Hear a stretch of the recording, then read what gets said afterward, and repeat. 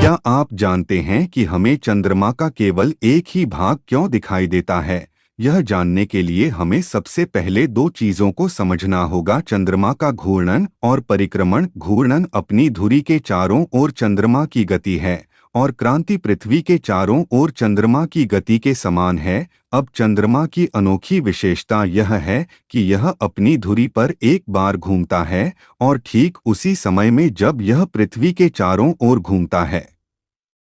अधिक सरल शब्दों में, एक पूर्ण घूर्णन के लिए आवश्यक समय एक पूर्ण क्रांति के लिए आवश्यक समय के बराबर होता है।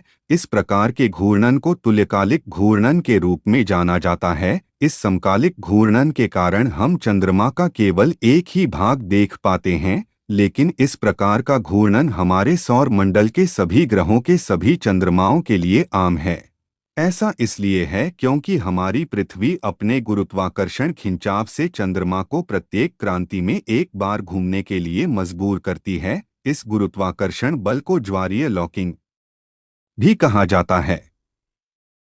जैसे ही पृथ्वी का गुरुत्वाकर्षण बल चंद्रमा पर लगता है, चंद्रमा का गुरुत्वाकर्षण केंद्र पृथ्वी के करीब आ जाता है। अब यह मानते हुए कि चंद्रमा एक पूर्ण गोला है, चंद्रमा का द्रव्यमान केंद्र केंद्र पर होगा।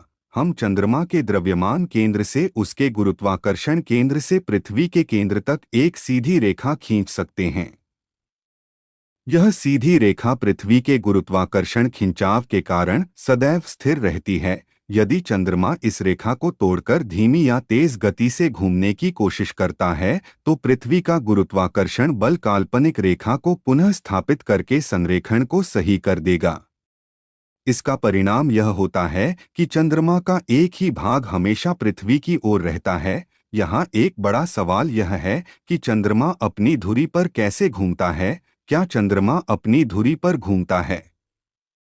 आइए देखें। अगर हम परिदृश्य से पृथ्वी को हटा दें तो इसे स्पष्ट रूप से समझा जा सकता है। यहाँ हम देख सकते हैं कि चंद्रमा एक चक्कर पूरा करते समय अपनी धुरी पर ठीक एक बार घूमता है। चूंकि हम हमेशा चंद्रमा का एक पक्ष देख सकते हैं, इसलिए हम दूसरे पक्ष को चंद्रमा